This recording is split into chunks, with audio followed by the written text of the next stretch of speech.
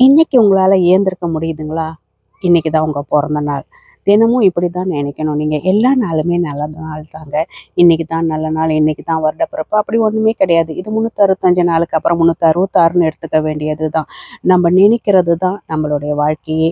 நீங்க நல்ல விதமா நினைச்சீங்கன்னா, எல்லாமே நல்லதா நடக்கும். நீங்க கெட்டதா நினைச்சீங்கன்னா, அது போலவே நடக்கும். அதுதான் மனம் போல மாங்கல்யம் அப்படின்னு ஒரே வார்த்தையில சொல்லிட்டாங்க.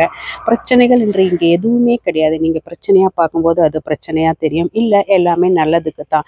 இது நடந்ததுக்கும் ஒரு காரணம் இருக்கும். அப்படி நீங்க ஏத்துக்கினீங்கனாக்கா, ஏத்துக்கிற மனப்பான்மை உங்களுக்கு வந்துருச்சுன்னா, அந்த நாள் இனியதாகவே அமையும். அப்போ புத்தாண்டு அன்னைக்கு மட்டும் தான் நம்ம ஒரு சபதம் எடுக்கணும். வாழ்க்கைய நல்ல விதமா தொடங்கணும். எல்லாத்தையும் நல்லபடியா செஞ்சு முடிக்கணும். அப்படி ஒண்ணுமே கிடையாது. எல்லா நாளுமே நீங்க புத்துணர்ச்சியா எழுந்துருங்க.